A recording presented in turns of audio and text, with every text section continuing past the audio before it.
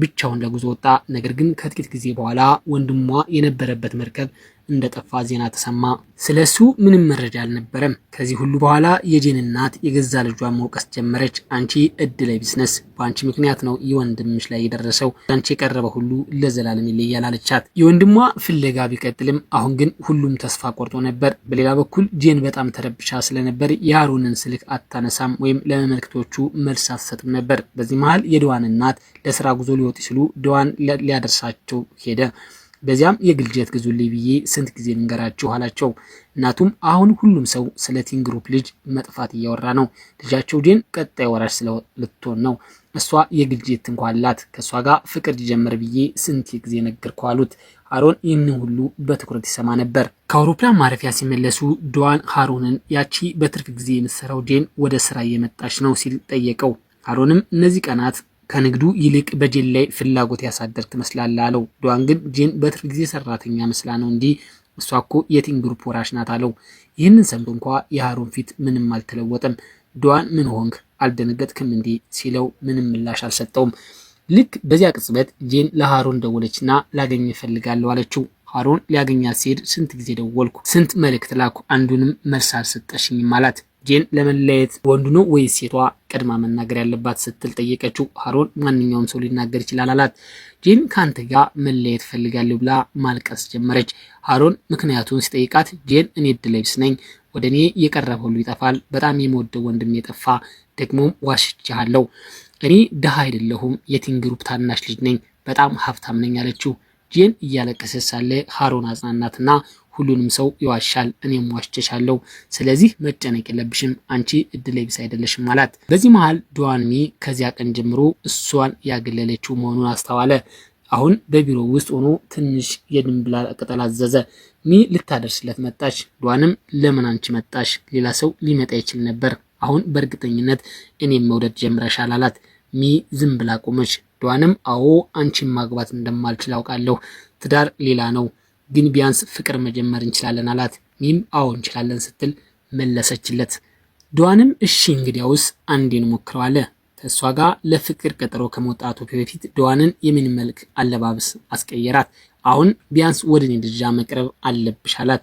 ሚ በሁኔታው እየተደሰተች ነበር። ድዋንም ቢሆን ከእሷ ጋር በመሆን ከልቡ ደስተኛ ነበር። በሌላ በኩል ጄን በወንድሟ ጉዳይ አዝና ስለነበር ሃሩን በብስክሌት ይዟት ወጣ። እራት ከበሉ በኋላ ወንዝ ዳር ተቀምጠው ማውራት ጀመሩ። ጄን አልገባኝም፣ አንተና ድዋን መች ነው ጓደኛ የሆናችሁት? እሱ ሀብታም ነው፣ አንተ ደግሞ ከድሃ ቤተሰብ ነህ ስትል ጠየቀችው። ሃሩንም መጀመሪያ የተገኘነው ሁለተኛ ደረጃ ትምህርት ቤት እያልን ነው አላት። ያኔ ጓደኛሞች ባይሆኑም በኋላ ላይ የሆነ ነገር ተፈጥሮ ጓደኛ መሆናቸውን ነገራት። ግን ብዙ ዝርዝር አልሰጣትም።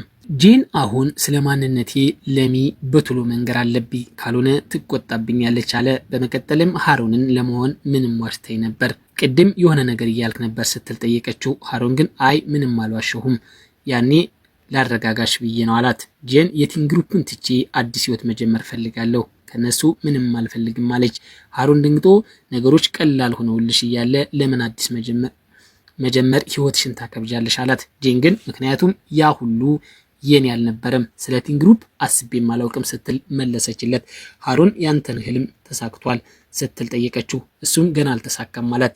በኋላም ቤቱ ሆኖ በልቡ የኔ ህልም ያንቺ እውነታ ነው፣ በቅርቡ እዚያ ደርሳለሁ አለ። ጄን የትርፍ ጊዜ ስራዋን ለመልቀቅ ወሰነች። ስራዋን ለመልቀቅ ወደ ገበያ ስትሄድ አንድ ወሬ ሰማች፣ ዳይሬክተር ድዋንና ሚ ፍቅር ጀምረዋል የሚል። ጄን ይህንን ስትሰማ ወደ ድዋን ቢሮ ሄደች። ስራዋን እንደለቀቀች ከነገረችው በኋላ በሚ ስሜት አትጫወት፣ ቤተሰቦችህ በጭራሽ አይቀበሏትም ስትል አስጠነቀቀችው። ድዋንም ለምንድን ነው ሁሉ ሰው ስለ ትዳር የሚያነሳው ሲል ጠየቀ። ከዚያም ጄን ወደ ሚ ሄደች። ሚ በስራ ቦታ ሁሉም ሰው ስለ እሷና ስለ ድዋን ስለሚያወራ ተበሳጭታ ነበር። ጄን እኔ የቲን ግሩፕ ታናሽ ልጅ ነኝ ብላ ልትነግራት ስትሞክር ሚ ግን አዎ እኔም የብልጌትሽ ታናሽ ልጅ ነኝ ብላ አላመነቻትም። በዚያ ቅጽበት ድዋን ደወለላትና የጄንን ንግግር ሳትሰማ ጥላት ሄደች። ቆይቶም ድዋን እነዚህ ወሬዎች ሁሉ ያሰራጨው ታላቅ ወንድሙ እንደሆነ አወቀ። ሄዶም ተጋፈጠውና ይህንን ደግመ ካደረግ ሚስጥርን አወጣብሃለሁ ሲል አስጠነቀቀው። ወንድሙ ግን እኔን ከመውቀስ ይልቅ ዙሪያን ተመልከት፣ በጣም የምታምነው ሰው ነው የሚከዳህ፣ ጓደኛህ ከቲን ግሩፕ ጋር ፍቅር ጀምሯል፣ ግን ላንተ አልነገረህም አለው። ዶዋን ሃሩንን እውነቱን በመደበቁ በጣም ደነገጠ። ስለ ጂን ሳወራ ሃሩን ለምን ምንም ምላሽ እንዳልሰጠው አሁን ትዝ አለው። ዶዋን በሃሩን ላይ ከፍተኛ ሀዘን፣ ቁጣ ተሰማው። በዚህ መሃል የጂን አባት ቢሮሽን አዘጋጅቻለሁ ከነገ ጀምሮ ስራ ጀምር ያላት ጂን ግን ስለ እኔ ስላሰቡ አመሰግናለሁ፣ ነገር ግን አሁን ከቲን ግሩፕ ጋር ምንም አይነት ግንኙነት እንዲኖረኝ አልፈልግም፣ ቢሮ አልገባም፣ የምወደው ሰው አለ ከሱ ጋር አዲስ ህይወት መጀመር ፈልጋለሁ ብላ ወጣች። ሊቀመንበሩ በድንጋጤ ቀሩ። ከዚያም በኋላ ያ ልጅ ማን እንደሆነ ራሳቸው ማጣራት ጀመሩ። በዚህ መሃል ዶዋንና ሚ የፍቅር ቀጠሮ ላይ ነበሩ። በድንገት አንድ ሰበር ዜና ወጣ። የቲን ግሩፕ ታናሽ ልጅ እስካሁን በትርፍ ጊዜ ሰራተኝነት ሰራ ነበር የሚል። ይህንን ስታነብ ሚ የምታየውን ማመን አልቻለችም።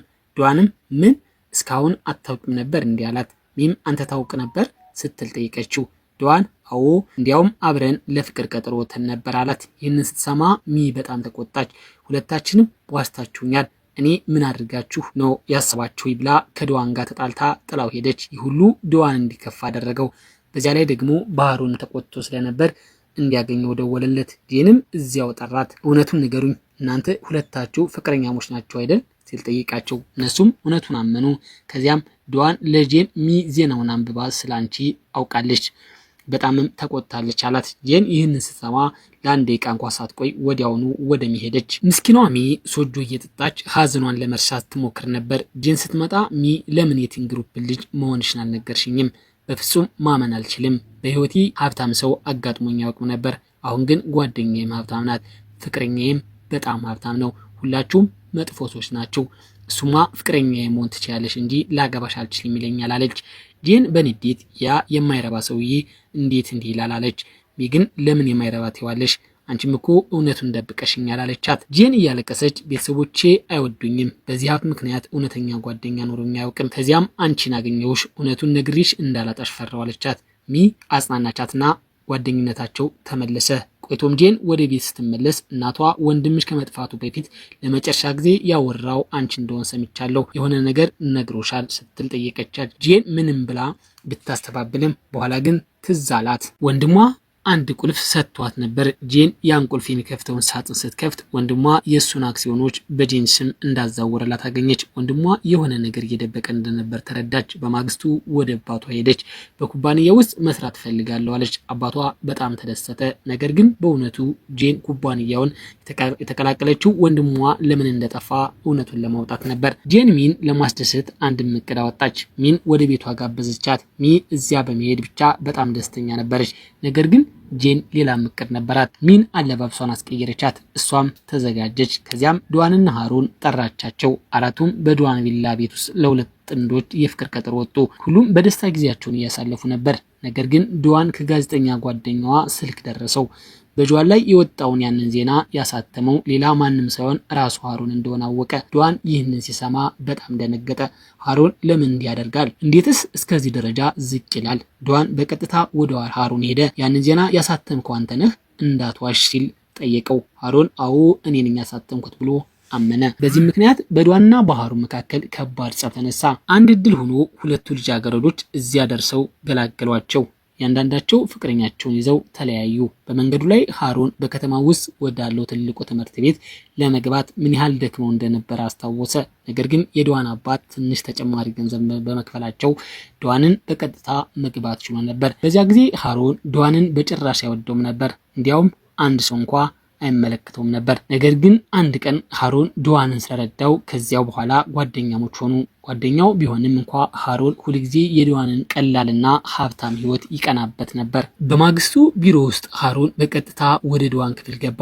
ዶዋንም ሆን ብሎ እንዴት ያለ ፍቃድ ትገባለህ? እኔ እዚህ ዳይሬክተር መሆኔና አንተ ደግሞ ተራ ሰራተኛ መሆን ረሳኸው አለው። በመቀጠልም ንገረኝ ምን ትፈልጋለህ ሲል ጠየቀው። ሃሩን እንደ ሰራተኛ ላውራ ወይስ እንደ ጓደኛ አለው። ዶዋን እንደ ጓደኛ ሲል መለሰ። ሃሩንም አንተ በጭራሽ እንደ ጓደኛ አልተረዳኸኝም። እውነቱን ለመናገር አንተ በእኔ ቀንተሃል። ልታገባት የነበረችውን ሴት ለራስህ ጥቅም ልትጠቀምባት ፈልገህ ነበር። አንተ ያንን ማድረግ አልቻልክም፣ እኔ ግን አደረግኩት። ይህንን ደግሞ መታገስ አልቻልክም አለው። ዶዋን ምንም ሳይናገር በዝምታ የሰማው ነበር። በዚህ መሃል የዶዋን ታላቅ ወንድም ዝም አላለም። ወደ እናታቸው ሄዶ ታናሽ ልጅሽ በራሳችን ኩባንያ ውስጥ ከምትሰራ በትርፍ ጊዜ ሰራተኛ ጋር ፍቅር ጀምሯል አላቸው። እናቱም ወዲያውኑ ዶዋንን ለመጠየቅ ሄዱ። ዶዋን ለእናቱ የፈለጋችሁትን ለእኔ በሉኝ፣ ነገር ግን ለሚ ምንም እንዳትሏት አላቸው። እሱ ጥሏቸው ቢወጣም እናቱ ግን እኔ ራሴ ጣልቃ መግባት አለብኝ ብለው ለራሳቸው ተናገሩ። ይህ በእንዲህ እንዳለ ዶዋን ጄንን ሊያገኛት ሄደ። በእውነት ሃሩን የሚወድሽ ይመስለኛል ሲል ጠየቃት።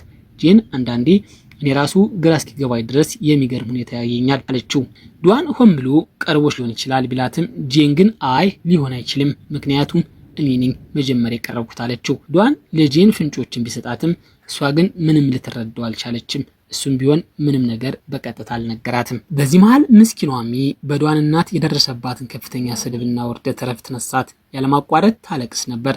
ዶዋን ሊያገኛት ወደ ቤቷ በመጣ ጊዜ የሆነውን ሁሉ አልነገረችውም። በዝምታ አቅፈው መረር ብላ ለቀሰች።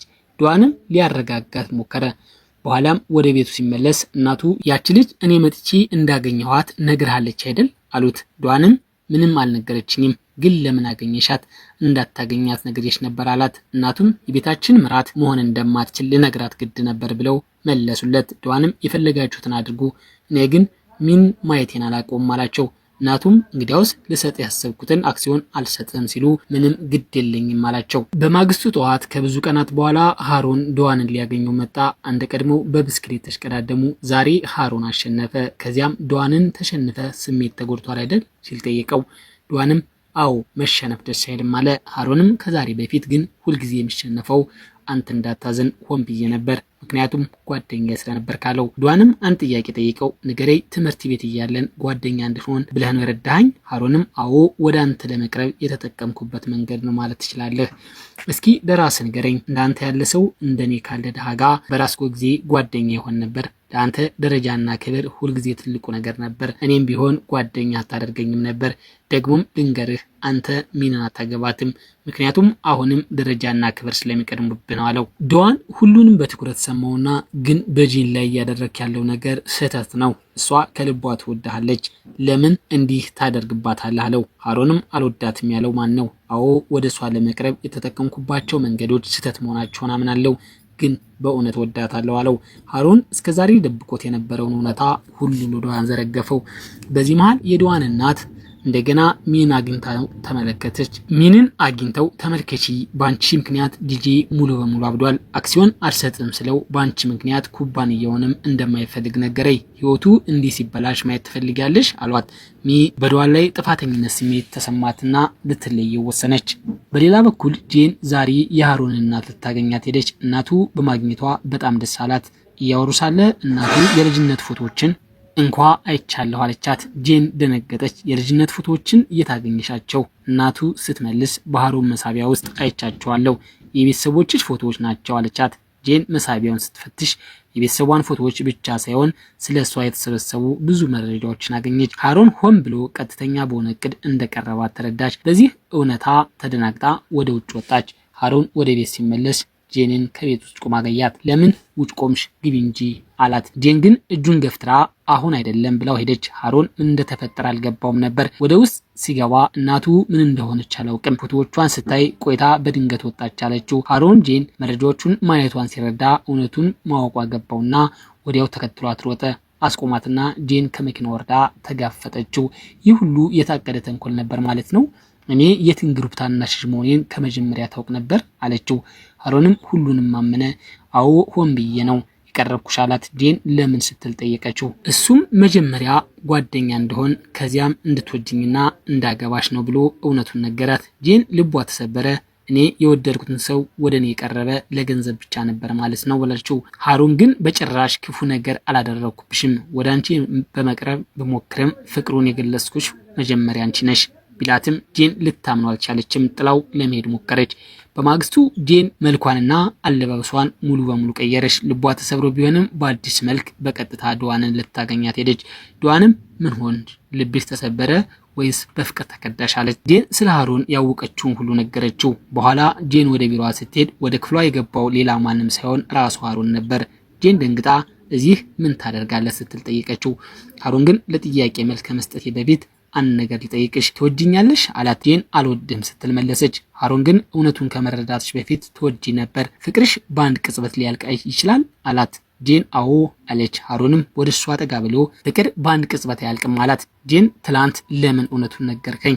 እንደገና ልትዋሻ ትችል ነበር እኮ አለችው። ሃሩንም ምክንያቱም እውነቱ እኔ ራሴ ልነግርሽ ፈልጌ ነበር። መቼና እንዴት እንደሆነ ባላውቅም በእውነቱ ወድጄሻለሁ አላት። በመቀጠልም ጥያቄዋን መለሰላት።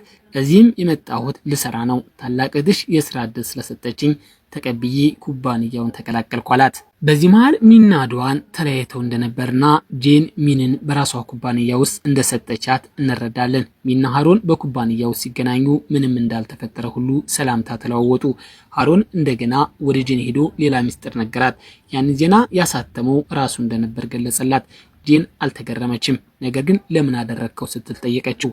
እሱም ኩባንያውን ጥለሽ እንዳትሄጂ ብዬ ነው አላት። ጄን በንቀት ተረዳሁ። ኩባንያውን ከለቀቁ ገንዘብ ከየት አገኛለሁ ብለህ ፈርተ ነው አይደል? ህልምስ እንዴት ይሳካል አለችው። ሃሮንም የፈለግሽውን ማሰብ ትችላለሽ፣ እውነታው ግን የተለየ ነው። ከዜሮ መጀመር ቀላል አይደለም። እኔ ያንን ህይወት አሳልፌያለሁ። በኋላ እንዳትቆጪ ልረዳሽ ፈልጌ ነው አላት። በምሳ ሰዓት ጄንና ሚ ሃሮን አብረው ምሳ ሲበሉ አየቻቸው። ይህ በጭራሽ አልተመቻትም። ሚ እንዴት ከሃሮን ጋር እንዲህ በቀላሉ መግባባት ቻለች ብላ አሰበች።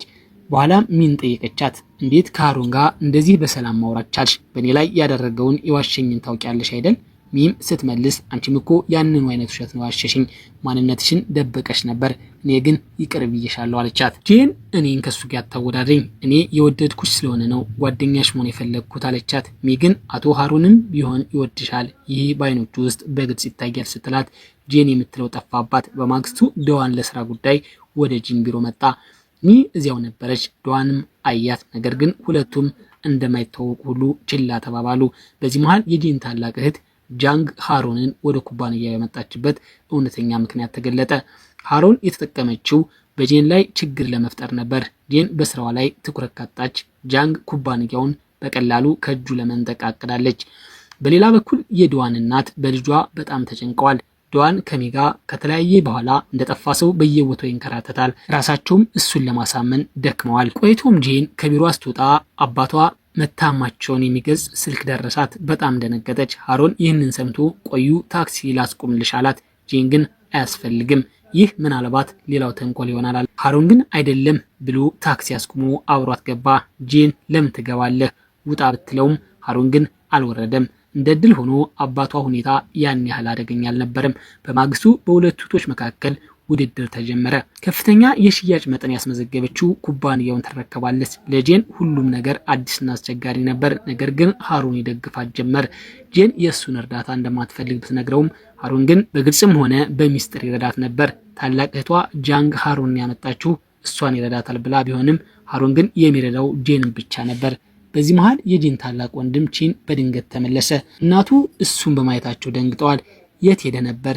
ለምን ጥለህን ሄድክ? ሲል ጠየቁት። ቺንም ከዚህ የንግድ ትርምስ ሰልችቶኝ ለማረፍ ራቅ ብዬ ሄጄ ነበር። ከአባቴ ጋር ፈጽሞ አንስማማም ነበር።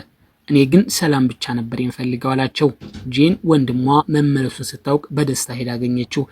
እንዴት እንዲህ ጥለህ ትሄዳለህ? ደግሞስ ለምን አክሲዮኖችን በስም ያዛወርካቸው ስትል ጠየቀችው። ወንድሟም ምክንያቱም ባንቺ ንግዱን ጥለሽ ለመሄድ እያሰብሽ ነበር፣ እኔ ግን የትም እንዳትሄጂ አልፈለግኩም። አንቺ ትልቅ ችሎታለሽ፣ ከኔ ይልቅ ንግዱን በተሻለ መምራት ትችያለሽ አላት። ከወንድሟም ይህንን ማበረታቻ ከሰማች በኋላ ጄን በሙሉ ትኩረት ጠንክራ መስራት ጀመረች። ሃሮንም ያለማቋረጥ ይረዳ ስለነበር አብሮ ሲሰሩ ቆይተው ጄን ሃሮንን በእውነት ሊረዳት እንደሚፈልግ ቀስ በቀስ ማመን ጀመረች። ውሎ አድሮም ይቅር ትለው ጀመር። በውድድሩ መጨረሻ ቀን ሃሮን ልጅን የሚያስፈልጓትን ሁሉንም አስፈላጊ ሰነዶች ይዞላት መጣና ይህንን ውድድር ማሸነፍ አለብሽ አላት። ጄንም አዎ በእርግጠኝነት አሸንፋለሁ፣ ነገ እንገናኝ ስትል መለሰችለት። በሌላ በኩል የዶዋን እናት በመጨረሻ ተስፋ ቆርጠው ሚንን ጠሯት።